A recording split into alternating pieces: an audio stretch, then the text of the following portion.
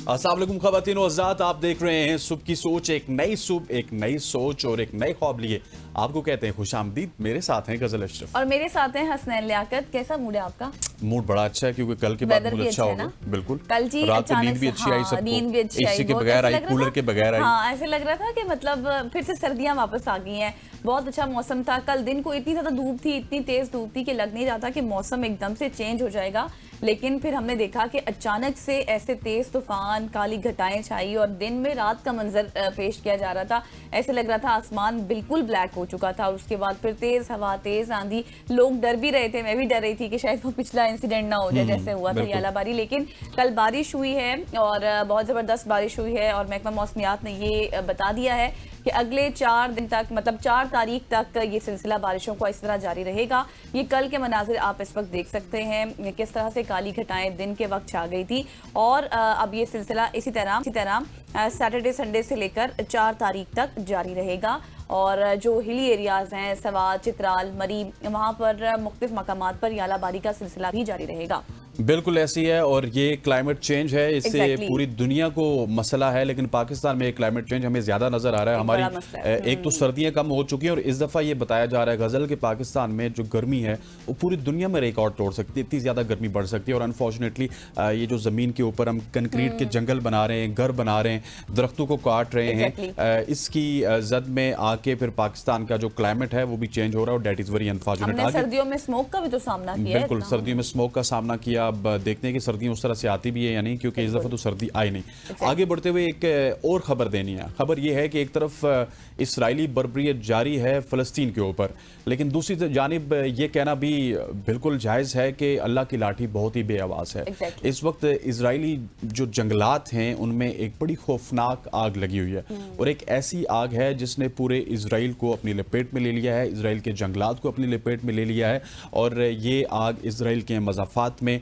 लग चुकी है, जिसमें एक आप ये कह सकते हैं कि इसराइल ने कौमी इमरजेंसी तो नाफिज कर दी, लेकिन मुतासरा इलाकों की रिहायशियों को इनखला का हुक्म भी दे दिया गया और आग लगने के बाद रेस्क्यू सर्विसेज ने अब तक 22 अफराद को तिबी इमदाद फराम की, जिनमें 12 को हॉस्पिटल भी ले जाया गया है। और यही बात है कि एक तरफ वो फलस्तीनियों पे जुल्म कर रहे हैं और एक तरफ वहाँ पे आग लग रही है और ये एक अजीब व गरीब से वाक़यात हम देख रहे हैं। पिछली दफ़ा जब लॉस एंजलिस में आग लगी थी, अब हमने देखा है कि फ़लस्तीन में आग लगी है, तो ये भी ऊपर से उनके ऊपर तो अजाब है। और वो कहते होते हैं ना, जिस तरह मैंने स्टार्ट में कहा कि अल्लाह की लाठी बड़ी बेआवाज़ है, अगर कोई फ़लस्तीनियों की मदद नहीं कर रहा तो अल्लाह कहीं ना कहीं से उनकी मदद ज़रूर कर रहा है। और उसके बाद जब ये जंगलात में आग लगी, देखें कितनी खौफनाक आग है, आप देख सकते हैं। आलमी इमदाद भी इसराइल ने तलब कर ली है और आपको ये भी पता होना चाहिए कि योम आज़ादी की तमाम तकरीबात भी वहाँ पर मनसूख कर दी गई हैं और हुकाम ने ये बताया कि आग इसराइल की तारीख में लगने वाली अब तक की सबसे बड़ी आग है। और गुज़श्ता रोज़ की बात करें तो सुबह 9:30 बजे से आग लगी, जो तेज़ हवा के बाइस फैलती ही चली गई है और फायर ब्रिगेड के 120 से ज़ायद एहलकार, मुतअद्दिद तैयारे और हेलीकॉप्टर भी आग बुझाने में मसरूफ़ अमल है, बट आग को अभी तक नहीं बुझाया जा सका है। इसराइली बर्बरियत फ़लस्तीन के ऊपर जारी है। अब आप देखें ना, जैसे हसनैन के इंडिया पाकिस्तान वॉर का एक फ़ज़ा कायम हो चुकी है, हमें समझ नहीं आती, हम हर घंटे में ही कह रहे होते हैं अभी जंग शुरू हो जाएगी। तो ऐसे में देखें कि सब लोगों की तवज्जो जो है वो इस साइड पर हो गई है, दूसरी तरफ कोई भी नहीं देख रहा कि फ़लस्तीन में क्या कुछ हो रहा है, वहाँ पर किस तरह से नस्ल कुशी की जा रही है इसराइल की जानिब से। लेकिन वही बात है कि अल्लाह ताला उनकी मदद खुद कर रहे हैं। आगे बढ़ते हैं और आगे बढ़ने के बाद सोशल स्टोरीज का भी आगाज़ करते हैं, क्योंकि काफ़ी दिन से हमने सोशल स्टोरीज को भी डिस्कस नहीं किया। और आपको पता है कि पहले हमने अच्छी खबर दी मौसम के हवाले से, फिर थोड़ी सी आपको इस तरह की खबर दी कि जिस तरह से फ़लस्तीन में जो कुछ भी हो रहा है। लेकिन अब स्टोरीज में आपको बताती हूँ कि किस तरह की स्टोरीज आज मैं आपके साथ शेयर करने वाली हूँ। हंसाने और हंसने का वक्त भी आ गया है। तो जी, बीवी से मामूली तकरार पर एक आदमी ने ताज़ा दम होने के लिए 450 किलोमीटर का पैदल सफर तय किया है। ये नया फार्मूला वैसे इस शख्स ने पूरी दुनिया को दे दिया। मतलब आप सब हैरान होंगे जिस तरह से मैं हैरान हुई, लेकिन हसनैन भी हैरान हो रहे हैं और कह रहे हैं कि पूरी दुनिया को एक फार्मूला मिल गया है। लेकिन दिसंबर 2020 में एक 48 साल स्टोरी अभी वायरल हुई है। स्टोरी है ये पुरानी 2020 की है और अतालवी शख्स ने बीवी से तकरार के बाद अपने घर से जनूब की तरफ चलते हुए औसतन 60 किलोमीटर एक दिन और टोटल 450 किलोमीटर का सफर तय किया और वो भी पैदल। एक हफ्ते बाद किसी दूसरे शहर में हुकाम ने उसे रात 2 बजे मामूल के कर्फ्यू के दौरान चेक किया और उसकी जिस्मानी थकन के बावजूद कोरोना की खिलाफ वर्जी करने पर उसे 400 यूरो का जुर्माना भी किया गया। और फिर बाद में उसकी बीवी ने उन्हें घर तक दोबारा वापस लाने के लिए इतना लंबा सफर तय किया और अपने शोहर की गैर जिम्मेदारी या फिर आप ये कहें कि गैर इरादी मेरा थकन का इख्तिताम किया, मैराथन का इख्तिताम किया। मतलब एक रेस ही उन्होंने की है, मतलब इतना चले हैं, चल चल चल के उन्होंने सांस दी बीवी की बातें सुनने से तंग आ गए थे। बिल्कुल ऐसे ही है। और अगर आप अपनी बेगम से नाराज हो जाते हैं तो यकीनी तौर पे गजल ने आपको फार्मूला बता दिया, आप 450 किलोमीटर तक भागिएगा और उसके बाद आप जब पुलिस के साथ मिलेंगे आपको एक भारी नुकसान उठाना पड़ेगा चालान की सूरत में, तो फिर आप अपने घर में वापस आ जाएंगे। खवातीन वज़ात, आगे बढ़ते हुए अगली स्टोरी। आप जितने भी लोग मुझे सुन रहे हैं, क्या आपके पास 20 साल से जायद पुरानी गाड़ियां हैं? अगर आपके पास 20 साल से जायद पुरानी गाड़ियां हैं तो अब आप मोटरवे पे उन गाड़ियों को लेके नहीं जा सकते। ये एक नई डेवलपमेंट हुई है। 20 साल से जायद पुरानी गाड़ियों को अब मोटरवे पर सफ़र की इजाज़त नहीं होगी। वफाकी वज़ीर मवासलात अब्दुल अलीम खान ने ये एक नया फैसला किया है। नेशनल हाईवेज इन मोटरवे पुलिस हेडक्वार्टर्स के दौरे के दौरान मोटरवे पर बढ़ते हुए हादसात के पेश नज़र रोड सेफ्टी को बेहतर बनाने के लिए एक अहम ऐलान किया गया। पाकिस्तान की मोटरवेज पर 20 साल से ज़्यादा पुरानी गाड़ियों पर पाबंदी आयद कर दी गई है। उन्होंने अवामी जानों को तहफ़्फ़ुज़ के लिए सख्त इक़दाम की ज़रूरत पर जोर दिया और इंस्पेक्टर जनरल को एक जामे मनसूबा तैयार करने की हिदायत की और कमर्शियल ड्राइवर्स के लिए लाजमी तरबियत भी मुतारिफ करवाने का उनको कहा है। और उसके बाद जो तमाम कमर्शियल गाड़ियाँ हैं उनके फिटनेस सर्टिफिकेट भी जारी करने के लिए 3 माह की आखिरी तारीख मुकर्रर कर दी गई है। सो ये एक अच्छी खबर भी है, लेकिन जिन लोगों के पास 20 साल से पुरानी गाड़ी है अब उनको जीटी रोड से जाना पड़ेगा या फिर इंतजार करना पड़ेगा कि कब वो बुलेट ट्रेन बनेगी और वो यहाँ से लाहौर का सफर 2 घंटे में तय और 2 घंटे में वो सफर तय करेंगे। लेकिन ये इस तरह के SOPs बनाना भी बहुत ज्यादा जरूरी है, क्योंकि आप कराची के हालात देख लें कि कितनी ज्यादा वहां पर हादसा हो रहे हैं। तो इसलिए इस तरह के SOPs बनाना भी गवर्नमेंट की ही जिम्मेदारी है और ये भी शहरियों के तहफ़्फ़ुज़ के लिए ही है। लेकिन वही बात है हसनैन वाली कि फिर जिन लोगों के पास बेचारों के पास गाड़ी पुरानी है तो फिर वो क्या करेंगे, फिर उनको कोई बंदोबस्त करना पड़ेगा। जीटी रोड, हाँ जीटी रोड। आगे बढ़ते हैं और एक बहुत ही इंटरेस्टिंग मालूमात आपके साथ शेयर करेंगे। कराची का भी मैं जिक्र कर रही थी तो फिर मैंने सोचा कि कराची से ही आपको खबर दे दें कि एविएशन हुकाम ने कराची और लाहौर की फ़ज़ाई हदूद के मखसूस हिस्सों को 1 माह के लिए आर्जी तौर पर बंद करने का ऐलान किया है। और इसकी तफसील क्या है वो मैं आपको बताती हूँ कि एयरपोर्ट सिक्योरिटी हुकाम की जानिब से बताया गया कि कुछ सिक्योरिटी वजूहात की बिना पर दोनों शहरों लाहौर और कराची में फ़ज़ाई हदूद के मखसूस हिस्से 1 मई से 31 मई तक रोज़ाना सुबह 4 बजे से सुबह 8 बजे तक बंद रहेंगे। कुछ सिक्योरिटीज इश्यूज हैं, इस वजह से ये अहकामात जारी हुए। बिल्कुल ऐसी, और इसी वजह से आपने देखा होगा कि पिछले कुछ अगर एक दो दिन पहले की बात की जाए तो फ्लाइट में तातुल आया था लाहौर और कराची की फ्लाइट्स में, और यही शायद वजूहात थी। इसकी कोई डिटेल उस तरह से शेयर नहीं की गई कि हम आपको बता सकें कि क्यों फ़िज़ाई हदूद को इस मखसूस टाइम में और 31 मई तक बंद किया गया। जो ही आएंगे तो हम आपके साथ शेयर करेंगे। ख़वातीन वज़ात, आगे बढ़ते हुए इंडिया के हवाले से अब बात करना बहुत लाजमी है। इंडिया जिसने पाकिस्तान के बहुत बड़े बड़े चैनल्स के ऊपर पाबंदी लगाई, जिसमें हमारा ABN न्यूज़ भी शामिल है, इसके YouTube चैनल को बंद किया गया। लेकिन अब ये सिलसिला इंडिया की जानिब से मजीद बढ़ता हुआ नज़र आ रहा है। अब अगर बात की जाए, पाकिस्तान के बहुत सारे स्टार्स हैं जिनके इंस्टाग्राम के ऊपर अकाउंट्स थे, फेसबुक के ऊपर अकाउंट्स थे और बड़े पॉपुलर थे वो इंडिया में, उनको बंद किया गया। Pakistani javelin throw champion Arshad Nadeem का इंस्टाग्राम अकाउंट भारत में ब्लॉक कर दिया गया और मजीद जिन स्टार्स का इंस्टाग्राम अकाउंट बंद किया गया उसमें शाहिद अफरीदी, हानिया आमिर, मायरा खान, अली जफ़र, फवाद खान और दीगर कई हमारे पाकिस्तानी स्टार शामिल हैं जिनके सोशल मीडिया अकाउंट्स ब्लॉक किए जा चुके हैं। लेकिन ये अब हमारे ऊपर एक सवालिया निशान है कि हमारे अगर स्टार्स के वहाँ पे अकाउंट्स बंद हो रहे हैं, हमारे चैनल्स बंद हो रहे हैं, तो अनफॉर्चुनेटली आज भी बहुत सारे ऐसे प्लेटफॉर्म्स हैं जो IPL के मैचेस पाकिस्तान में दिखाते हैं, इंडिया के ड्रामास पाकिस्तान में दिखाते हैं, इंडिया की मूवीज पाकिस्तान में दिखाते हैं। सो उनके हवाले से क्या कुछ कर रही है हमारी गवर्नमेंट, उनको कब बंद करेगी? अगर हमारा कॉन्टेंट सरहद पार नहीं जा रहा तो सरहद पार का कंटेंट हमारे यहाँ क्यों आ रहा है? इसके हवाले से भी सख्त हिकमत अमली की जरूरत है। बिल्कुल, लेकिन इस तरह के ओछे हथकंडे करके इंडिया को कुछ हासिल फिर भी नहीं होगा। लेकिन ये है कि वो कर लें जितना कर सकते हैं, क्योंकि उनकी तो आदत है एक साइड का ही सच दिखाना। तो खैर इन बड़े बड़े स्टार्स को भी कोई फर्क मेरे ख्याल से है ना। आगे बढ़ते हैं और ये तो सोशल स्टोरीज तो हमने आपके साथ शेयर कर ली, लेकिन इकोनॉमी को भी डिस्कस करना बहुत ज़्यादा ज़रूरी है। जिस तरह की मैंने पहले बात की थी कि हम हर घंटे में ये चीज़ सोच रहे होते हैं कि कब जंग शुरू होगी, कब होने वाली है। लेकिन इस सारी सूरत हाल में हमारी जो इकोनॉमी है, यानी कि अगर मैं ये कहूँ कि पाकिस्तान और इंडिया की जो इकोनॉमी है उसको बहुत ज़्यादा नुकसान भी पहुंच रहा है। वैसे तो अगर हम देखें तो इंडिया के साथ हमारी जो मिनिमल एक ट्रेड है, लेकिन फिर भी इंडिया को शायद कई ज़्यादा इसका नुकसान हो रहा है। पाकिस्तान है माशी तौर पर मुश्किलात में गिरा हुआ तो है, महंगाई में आम आवाम मुश्किलात का शिकार है, लेकिन लोगों की शिकायत भी ठीक है अपनी तरफ।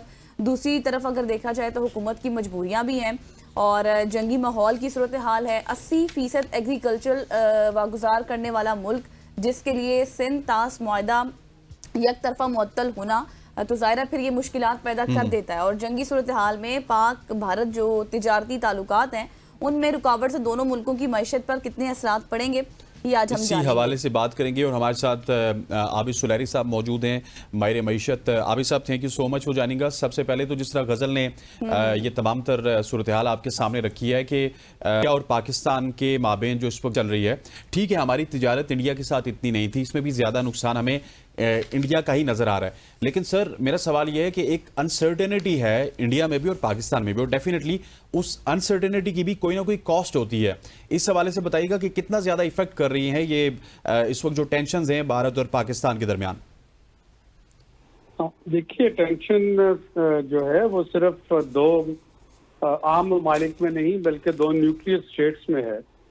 और ये बात जो है, पाकिस्तान बार बार एक जिम्मेदार मुल्क है और ये बात बार बार दोहरा रहा है कि अगर पाकिस्तान की सालमियत पे, पाकिस्तान की सॉवरेनिटी पे कोई अटैक होता है तो पाकिस्तान उसका जवाब देने के लिए भरपूर जो अपने तमाम तर जो हमारे पास वसाइल और जो हथियार मौजूद हैं उनका इस्तेमाल करने से गुरेज नहीं करेगा। और ये एक ऐसी चीज़ है जो कि पूरी दुनिया को भी समझ में आ रही है और इंडिया को भी ये चीज़ समझनी चाहिए। जो एटॉमिक कंट्रीज होते हैं, अगर एक मिसाइल एक एटमी ताकत से दूसरी एटमी ताकत की तरफ आ रहा है तो सिर्फ 15 से 20 मिनट का टाइम होता है ये डिटेक्ट करने में कि वो न्यूक्लियर वॉरहेड है उस पर या वो आम मिसाइल है, और उसका फौरन रिस्पांस देना जो है वो इम्पोर्टेंट हो जाता है। तो यही वजह है कि इस वक्त जो जंगी कैफियत है उसका इंडिया में जो नुकसान हो रहा है, इंडिया अगर एप्पल फोन फॉर एग्जांपल बनाने जा रहा हो, इंडिया में जो इन्वेस्टमेंट इस वक्त आ रही है, तो जब एक मुल्क जो है वो एक एटमी जंग के दहाने पे हो तो वहाँ पे कोई भी इन्वेस्टर या कोई भी जो इस किस्म की दूसरी एक्टिविटी है वो करते हुए इन्वेस्टर 10 दफा सोचेगा। और ये एक ऐसा इशू है जो कि इंडिया को ज़हन में रखना होगा। बिल्कुल आबिद साहब, जिस तरह से अभी आपने खुद भी जिक्र किया और बड़ी ज़बरदस्त एग्जाम्पल के साथ आपने समझाया, लेकिन अगर ये तिजारती मामलात हल नहीं होते तो पाकिस्तान को तो उस तरह से शायद नुकसान ना हो, इंडिया को ज़्यादा नुकसान हो जाएगा। लेकिन आप क्या समझते हैं कि कौन से ऐसे स्टेप्स होने चाहिए कि हमें भारत पर इन्हिसार ही ना करना पड़े? देखिए, हमें जो भारत पे इन्हिसार तो हमारा पहले भी नहीं है। हम किसी हद तक आप मतलब कि किस हद तक आप मतलब अद्वियात की कहा जाता है कि जिस तरह अद्वियात बहुत सारी वहां से आती हैं, इस हवाले से फार्मास्यूटिकल जो हमारी इंडस्ट्री है उसको कहते हैं कि काफी ज्यादा नुकसान हो गया, वो महंगी हो सकती हैं। नहीं तो जाहिर है कि जब दो ममालिक जो हैं, अब इंडिया अगर इस हद तक जा सकता है कि वो आपका पानी को रोकने की धमकियां दे रहा हो, वो सिर्फ एक्सक्यूजेस ढूंढ रहा हो, किस तरीके से एस्केलेशन जो है वो चाह रहा है इस सारी सूरत हाल में, तो वहाँ पे आप मेडिसिन के जो कंटेंट्स मंगू पे तो इन्हिसार आप कर ही नहीं सकते हैं। बिल्कुल। लिहाजा फौरी तौर पे हमें जो उसके मुतबादिल है वो देखना होंगे।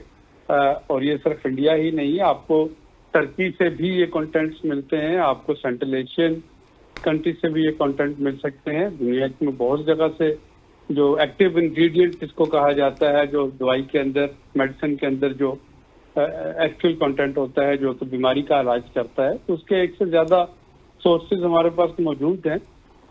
इंडिया सिर्फ वाहिद मुल्क नहीं जो कि ये चीज़ें पैदा करता है।